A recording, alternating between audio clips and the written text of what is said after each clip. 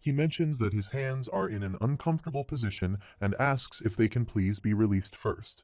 Termis warns him not to attempt anything foolish.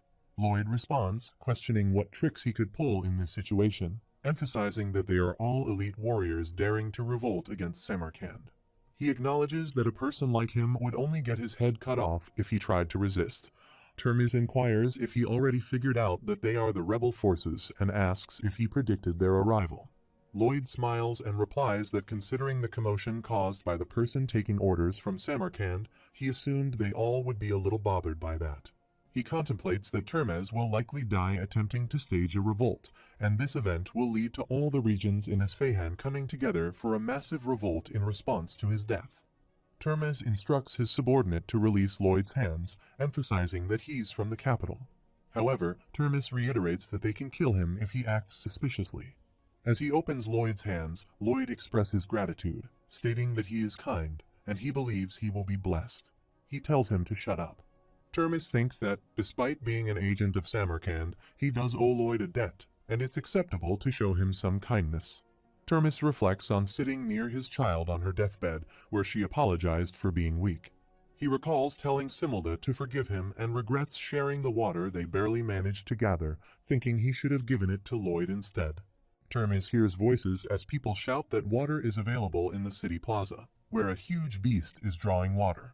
His daughter also gets up to drink water. Returning to the present, Lloyd Frontera is now free from ropes and stands in front of Termis. Termis warns him again not to do anything foolish because, even though he released Lloyd's hands, he'll cut him down. Annoyed, Lloyd Frontera looks at him. Termis observes Lloyd's suspicious expression and orders his men to get him, and they all run to attack him. Lloyd calmly stands there and begins narrating a story from 2 years and 6 months ago. He recounts how the family in charge of the Frontera Barony, a small territory on the eastern border of the Magentano Kingdom, was at risk of ruin due to great debt. He describes the feeling as if the skies were going to fall, the earth was going to split, and everything looked hopeless, with only darkness in front of their eyes. He proceeds to share his life history, detailing how he defeated monsters, constructed different cities, and so on. He narrates that, at that moment, he turned around, and there was a gigantic lobster. Javier initiated a fight with Lyle using his sword, and Kyle's sword struck right into Javier's shoulder. They all sit down to enjoy his stories with popcorn. He mentions the awakening of the Sword Master, creating excitement, and playfully scares them. Termis's popcorn fell down, and he questioned how the conversation shifted from the original topic. Lloyd responds, asking them to wait as it gets interesting from that point. Another person complains, asking why he is disrupting the flow. Termis shouts, calling him a fool, stating that they are rebel forces putting their lives at risk and don't have time to listen to stories. Lloyd Frontera continues, describing thousands of locusts as big as dogs that dyed the sky black, laughing loudly and frightening them all. He narrates that, at that moment, Captain Frontera appeared while seated on the G-Goming with Termis. Termis inquires about his destination, and Captain Frontera responds, asking if they weren't going to meet his queen together. Termis questions how things ended up like this and admits he doesn't even remember the context. Captain Frontera suggests that he might have to start over again, going back 2 years. Termis refuses and pleads for him to stop already. Captain Frontera insists that, to conclude, he needs the underground hideout of the rebel forces to create a waterway. If Termis hands over the hideout, the Magentano Kingdom will allow all of them to seek asylum and provide protection. He asks if Termis remembers now, and Termis confirms that he did say that. Captain Frontera requests Termis's trust, promising to obtain asylum for the rebel forces and all their families. They arrive at the palace of Queen Alicia Termina Magentano, who has tied a person in a magical circle for confession. The person, Lord Targa, starts coughing and vomiting blood, confessing that they are the Black Wizards. The Queen instructs her wizards to stop, stating that it's enough for today. She thinks about Targa and realizes she'll have to find that individual. A guard arrives, informing her that Lloyd Frontera is waiting to seek an audience with her. She wonders why he is there when he's supposed to be at Esfahan. Lloyd Frontera and Termis enter the court, bowing and greeting the Queen. She agrees to write up a document for Termis, his comrades, and their families, granting them asylum in the kingdom. Lloyd Frontera expresses his gratitude for her generosity, and Termis ponders how she agreed so easily. He wonders if he will indeed meet the queen directly and obtain a document of approval, questioning who this man truly is. The queen remarks that he is employing methods beyond her expectations, but she is pleased as he diligently executes her orders. He modestly replies that he doesn't deserve such praise.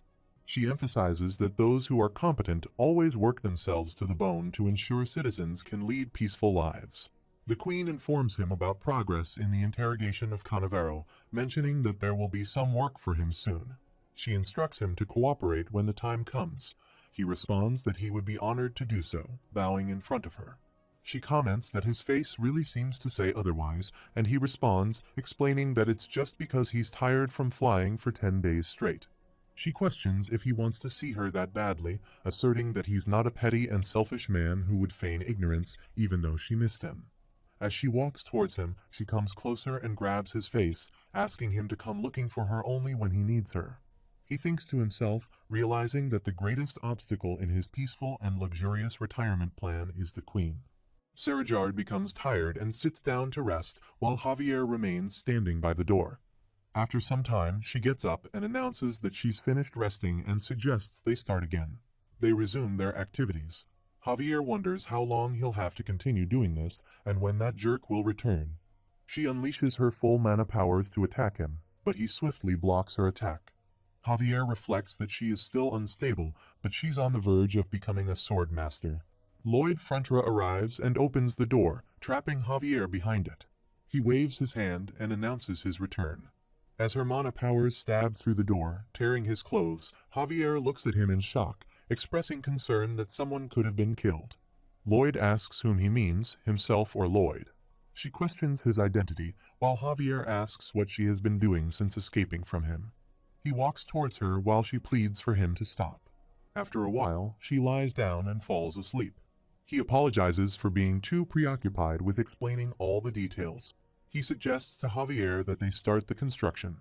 However, Javier also lies down and begins to snore. He remarks that he expected this reaction from Javier, but it works too well for him. The first step is to venture outside. He runs while contemplating the labyrinth-like underground tunnel and measures it. Thanks to the map provided by Termes, the process goes smoothly. The second step is to confirm the location and identify areas that need to be opened or blocked for the direct waterway. The third step involves blocking off paths other than the waterway route during the day. At night, Javier will use controlled blasts to clear the paths. Javier stabs the mountain and unleashes his mana blast. As he does so, he reflects that he wants to expedite this process. If they aren't cautious, the underground tunnel could collapse, marking the long-awaited Step 4. Addressing his undead warriors, he praises their punctuality. Termes inquires about their identity, to which Javier explains that when he visited Magentano, he sent a letter back home to bring some workers from there. These workers are essential for completing the construction. The undead warriors express their fondness for him, addressing him as master. He instructs them to listen carefully, noting the significant volume of water on the other side of the wall. He asks them to consider what would happen if he were to strike another blow into the wall. They respond that they believe they would be swept away instantly due to the immense water pressure. Affirming their response, he mentions how ancient people risked their lives to construct qanats. Correcting himself, he states that they didn't just risk their lives, they sacrificed them. Among the laborers, the eldest one steps forward. Corgidus also joins them and begins digging. He declares his willingness to sacrifice his life to complete the opening of the waterway. Meanwhile, Corgidus strikes the rock, causing it to break and release water. He immerses himself in it and declares that for the sake of their neighbors and descendants, they will continue to live, emphasizing that there is no sacrifice, beauty, or nobility in their actions. He points towards, asserting that honor will belong to him. Surprised, Tords looks at him while the undead holds the bag in which Corgidus sits. Expressing gratitude, he assures them that he won't forget this act and pledges to remember it always. Tords stands up and runs towards him, urging him to wait and questioning why he needs to do this when he has the ghosts. In response, he asks what Tords just said, branding himself as a cold-blooded bastard, and expresses his desire for the dead to experience death once more. Tords points out that he has a sword master, asking if he can't handle it. He explains that he only has one set of clothes and cannot afford to get them wet. The message window declares damn, he'd even have Satan himself step down for him. He ponders what's wrong with that, as he believes he's just giving meaning to that beggar's life. The message window further notifies that he's even scarier because he actually means those words. In his room, King of Hell Halkaros sits and attends to some work. He chuckles and remarks that the upper messengers sure are enjoying their show, adding, "Let's see just how far this goes."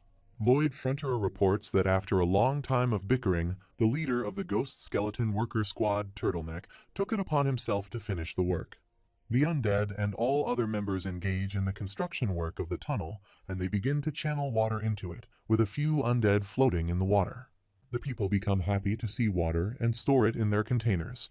They say it's water. An endless supply of water is gushing forth. They pour water on themselves happily and drink it. Termiz's daughter also fills her bowl with water and says, "Please have it. It's water that he made." Lloyd Fronterer sits near her, puts his hand on her head, and thanks her. He says he'll enjoy it while taking the bowl from her. She asks why he is walking around without a shirt. He smiles and says that he doesn't want to waste money buying clothes. He reflects on how the central waterway in Kandara was established, along with its connections to the small villages around it, all around the time the whole project reached completion. The system notifies him that he has acquired a new, highly praised, high-ranking person who wears underwear. He wonders about the nature of this praise and whether it's mocking him, but the system assures him that being a high-ranking person is an excellent thing. He decides he doesn't need that, he just wants an awesome-sounding title. As he observes the status screen, he thinks about how he saved a city from a long-term drought. He notes that the effects of this praise area with hot weather have 100% increased resistance against dehydration. He concludes that it's not like he has much business in other desirable locations. Meanwhile, he contemplates that he's going to chill and relax from now on, realizing that this effect won't be helpful to him. Termiz calls out to him, snapping him out of his thoughts, and asks if he's done preparing for the long journey ahead of them. Termiz kneels down and expresses that he has saved countless people, stopped a war and a drought, and even facilitated their asylum. As a result, they would like to swear their eternal loyalty to the Fronterer County. The entire tribe kneels in front of Lloyd Fronterer. He responds, reassuring them that there's no need to go so far as to swear their loyalty. He suggests they need to work hard within the territory. However, he acknowledges to himself that he did all of that for his own gains anyway, but repeatedly hearing people thanking him makes him feel guilty. The system notifies him that friendliness has increased. Termiz and his comrades express their respect and gratitude to him, and his friendliness increases bonus RP by 50. The system notifies him that from now on, Termiz and his comrades will have increased friendliness towards the people of Fronterer County, and his RP reaches 2832. He thinks, yes, this is it. He doesn't feel bad about getting rewards like this. What a perfect reward. Similder remarks to her father that this guy's face looks weird. Termiz responds that his face might look like that, but he's still an incredible person. He observes the skeleton workers squad leading Termiz's party as they head towards Fronterer County. As they depart, he waves his hand to them, feeling like things have ended peacefully. The scene shifts to Isfahan's capital Ahinsha, where Samarkand declares that Lloyd Fronterer has become his man as he kneels in front of him with Javier by his side. He jests, asking for forgiveness from the great Samarkand, but expressing a preference for slimmer types. Samarkand questions if Lloyd does not understand what he's saying, or if he is merely feigning ignorance. He must have realized that Sarajard is his daughter, and asks if it is not his liking. Lloyd Fronterer responds that the feelings of Lady Sarajard are more critical than those of this lowly servant. He privately thinks he doesn't want to be under Samarkand's control, disliking both his face and his actions, and would prefer him to cut his head off. Samarkand interrupts, putting an end to that matter for now. Since Lloyd has kept his promise, it's now his turn to reciprocate. He adds that he will meet with Majanatano's delegation right away to hear them out. He expresses gratitude for Samarkand's generosity and reflects that it took a long time just to convince him to do so. He walks out with Javier. Samarkand watches him leave and thinks about Lloyd Fronterer, how he always gets what he wants, making him admirable. He also smiles behind him. During a royal meeting, Count Venture considers how Lloyd Fronterer managed to persuade Samarkand to sit at the negotiation table, recognizing the tremendous opportunity created. He resolves not to let it go to waste. Samarkand apologizes for the mistake that caused significant losses to the Magentano kingdom. Count Venture notes Samarkand's unusual apology and thinks that the arrogant Samarkand apologized first. Samarkand promises to compensate for the losses caused by the monster domino. Furthermore, he pledges to assign a special task force to oversee such matters to prevent them from happening again. He assures that he'll keep the Magentano Kingdom updated on its progress and promises to pay double compensation if such an incident occurs again. Count Venture thinks this isn't something to be happy about. What on earth is he going to ask of them? He says he'd like to express his thanks for their generosity and says he'll pass on his intentions to their queen. Samarkand says in return he'd like to have Lloyd Frontera come along as well, and Count Venture sees him at the door half-naked. He asks what he said, while Count Venture responds that's what he said, and says he's sure the queen will be happy. They have obtained a lot out of the negotiations, and he's confident that he'll be able to do well no matter where he is while showing some gestures. He replies don't worry, he did great, and says that's perfect. Samarkand thinks about what he should ask him to do first, and thinks they'll start with road maintenance and expanding the waterway. Hygiene facilities are urgent as well, and they need to build a more enormous castle and more prominent buildings. A person with a white cap enters, bows, and pays his respects to Samarkand, addressing him as wise and omnipotent. Samarkand questions why he didn't ask him to bring Lloyd Frontera along and why he is alone. The person explains that Lloyd went out, stating he'd get rid of the sandworm near the city. Samarkand is surprised and asks what he means by getting rid of the sandworm. The scene shifts to Lloyd Frontera, who reaches the desert and observes a sandworm. He thinks to himself, desert devourer sandworm, it feeds on insects and cactus thorns. He starts digging and unleashes a mana blast, shouting Pipodong. It's his turn as Pipodong arrives and attacks the sandworms. He calls for Javier to finish it, and Javier draws his sword and joins the attack. He asks the persistent bastard if he's still alive while he cuts the sandworm and points his shovel, commanding the sandworm to die. They both attack the sandworm, proclaiming they will kill it for Samarkand, and he laughs. Samarkand and his subordinates arrive, and Samarkand suggests asking them to take that crazy bastard back with them, a sentiment with which his subordinate agrees. Afterward, they return to the palace and Samarkand sits in his room, contemplating the consequences of keeping such a whack job near him.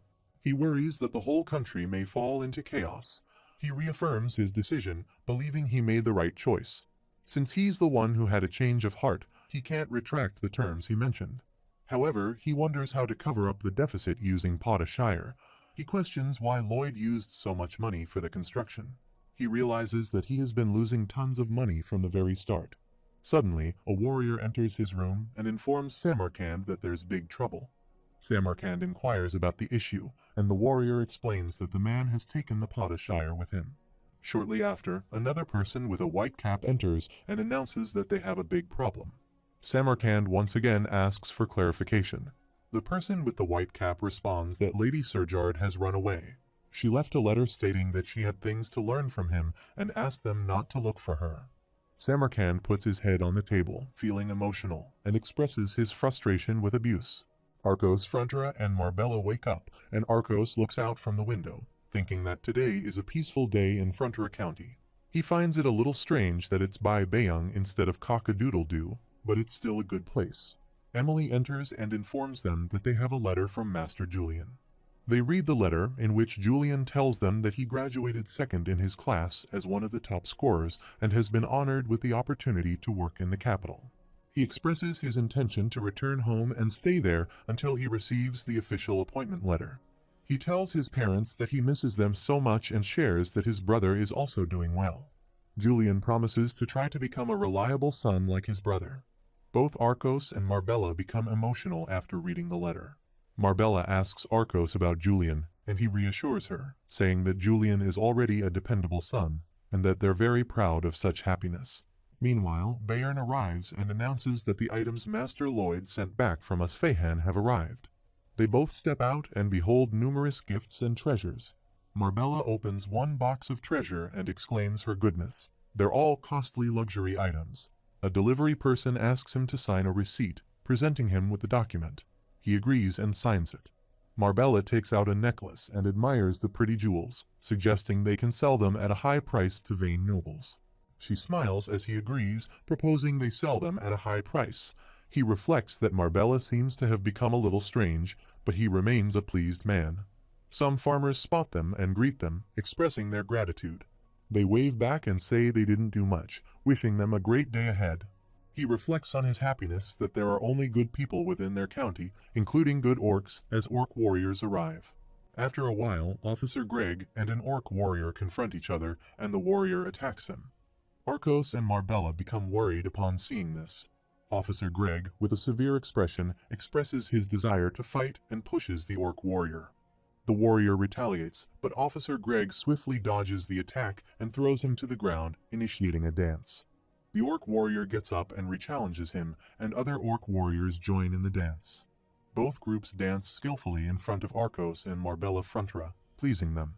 Arcos thinks they're a little weird, but they're all good people, including both humans and orcs and other good living organisms. What a pickle. The undead also greets Lloyd Frontra's parents. Good morning. Arcos reflects on the peaceful coexistence of inorganic and organic matter in the county, feeling happy. Meanwhile, they observe Lord Solida's throwing fire into a well, finding it a little strange, but interpreting it as part of morning prayers. They then witness many people bowing down in front of Lloyd Frontra's statue and praying for his long life. He finds it very strange, but things continue to get stranger. Nevertheless, he believes there can't be anyone happier than him in this world. The people become ecstatic and excitedly announce that Master Lloyd is back. Both his parents look at him and share in his happiness. His father gazes at him, thinking their son is the strangest, while Lloyd takes out treasure boxes from his carriage. Marbella remarks that he's a peculiar son, but she's happy, and they both go to meet him, embracing him warmly. Lloyd expresses that he'll be even more pleased when he calls his father's father instead of Count. His father grasps him by the shoulders and asks why he isn't wearing any clothes. Lloyd responds that it's because they have a lot of clothes at home. The scene shifts to Queen Alicia Magentano's palace, where Count Venture arrives and informs her that the negotiation mentioned earlier has been agreed upon via documents, and they have also received Samarkand's magic thumbprint. She expresses surprise at this development and asks if he is the one who led the negotiation. He becomes apprehensive and confirms it. She inquires whether this is what Lloyd Frontra instructed him to say and what he believes is necessary for their people to live comfortable lives. He responds that he believes a mighty throne and well-balanced diplomacy are necessary. She asserts that they just need to work with those who are competent in their bones and grind them until the bones turn into powder. He bows and acknowledges her words as reasonable, silently thinking that Sir Lloyd may consider himself dead. She reflects that despite the successful negotiation, Esfahan remains a long-time enemy of Magentano. She reflects on the necessity of establishing a mutually beneficial relationship filled with trust and ponders what actions they need to take to make it happen. Meanwhile, Serajard stands outside the city, confident that Lloyd Frontra is there. She resolves to confront him and acquire what she needs. Spotting Arcos Frontra engaged in gardening, she approaches him from behind. Startled, he inquires about her identity. She introduces herself as Serajard, explaining that she hails from the distant Esfahan in the east and is the daughter of Samarkand. Arcos Frontra quickly rises and questions her presence as the daughter of Samarkand and her purpose for being there. She reveals her intention to find Lloyd Frontra. Surprised, Arcos asks why she is seeking his son. She confesses that she can only find peace when he is around. Shocked, Arcos considers her statement the most absurd thing he has heard thus far. Lloyd Frontra lies down at the edge of a mountain and opens his eyes, questioning his surroundings as he notices the darkness. Suddenly, a fire monster appears before him. The fire monster greets him, addressing him not as Lloyd Frontra, but as Kim Suho. Lloyd Frontra gazes at the creature, contemplating whether this encounter is merely a dream, yet it feels remarkably real. He inquires about the identity of the fire monster. The monster introduces himself as Helcaros, the one who comprehends the essence of everything, the ruler of Hellfire and the king of Hell. Lloyd Frontra stands up and bows, acknowledging Helcaros' immense power. He muses on the possibility that this dream might be a result of the messengers teasing about the king of Hell. Helcaros chuckles, noting Lloyd's lack of fear in his presence, and questions whether he believes this to be a mere dream. Meanwhile, Lloyd Frontra asserts that regardless of whether this scenario is a dream or not, he doesn't perceive any intention of harm from Helcaros, especially considering his introduction. He expresses that there's no need for fear. Halkaros responds, saying his fondness for Lloyd Frontera and suggesting that he would fit well in hell. Lloyd Frontera queries if that's intended as a compliment and shares his dream of living in a small town with abundant wealth. Halkaros remarks that for such a trivial dream, Lloyd Frontera's reaction was so appalling that even a demon knight would cower in fear, and the music played was more dreadful than purgatory's screams. Lloyd Frontera wonders if Halkaros descended just to insult him. Halkaros continues, claiming that Lloyd Frontera possesses the capability to make those souls in hell who have fallen into its embrace desperately beg for a second death. He considers why Halkaros is being so harsh. After all, he's just an ordinary person. Though to outsiders he might appear as some great demon king or the 12th supreme swordsman of a demon tribe. Halkaros addresses Kim Suho, asking if he will accompany him to hell and use his talent to his heart's content. As he attempts to capture Kim Suho, demonic strings emerge from the ground and ensnare him completely. The message window notifies him not to scare him so severely, which causes him to tremble and shout. Halkaros questions if he's being too intrusive, while the message window suggests that he could be worse and asks if he wants to test him. Halkaros concedes, agreeing to abide by the rules, and breaks his demonic strings. After a while, Lloyd Frontera wakes up in bed, sweating, and gets up, feeling his face burning hot. He wonders if that wasn't a dream, who he was talking to at the end, and asks himself what nosy and rule mean, and what on earth that was. Javier knocks at the door and asks if he can enter. Lloyd replies, "Yeah, sure, come in." Javier joins and asks why he's sweating so much. Lloyd gets out of bed, explaining that he guesses he got a little too hot while sleeping, and asks why Javier is there. Javier replies that they have a guest who came from far away. Lloyd responds, "Is that so?" They both go out. Javier asks if he's going to wait to ask who it is. Lloyd declines, saying he's not asking. He looks at Sarajard and asks if it's Sarajard. Javier confirms and asks if Lloyd knew she'd be coming. Lloyd affirms and says there's no way she wouldn't come, mentioning that she already knows how good his lullaby is. He remarks that quitting sleeping lullabies is very difficult, acknowledging that she wants him to record his lullaby into the magic crystal. She confirms that this is indeed the reason for her visit. Arcos Frontera reflects that she was referring to the lullaby, feeling somewhat relieved that it's only that, but also feeling a sense of sadness. Lloyd Frontera inquires about what's free, and she responds that she will pay him. He counters that he already has plenty of money, placing some documents on the table in front of her. He explains that if she signs the contract, he will give her what she wants. Javier notes that Lloyd had already prepared a contract in advance. Lloyd details the terms of the contract, serving in Frontera County for 5 years in exchange for receiving the lullaby after that period. She protests, deeming it ridiculous. He retorts that she doesn't have to agree if she doesn't want to, emphasizing that he is not the one in need and does not particularly care about it either. He mentions that he could become a sword master if he sleeps well and trains hard, but he quickly dismisses it as none of his business. Javier wonders how far Lloyd had planned ahead when he asked him to teach her before singing the lullaby, questioning if it was all just to obtain free labor.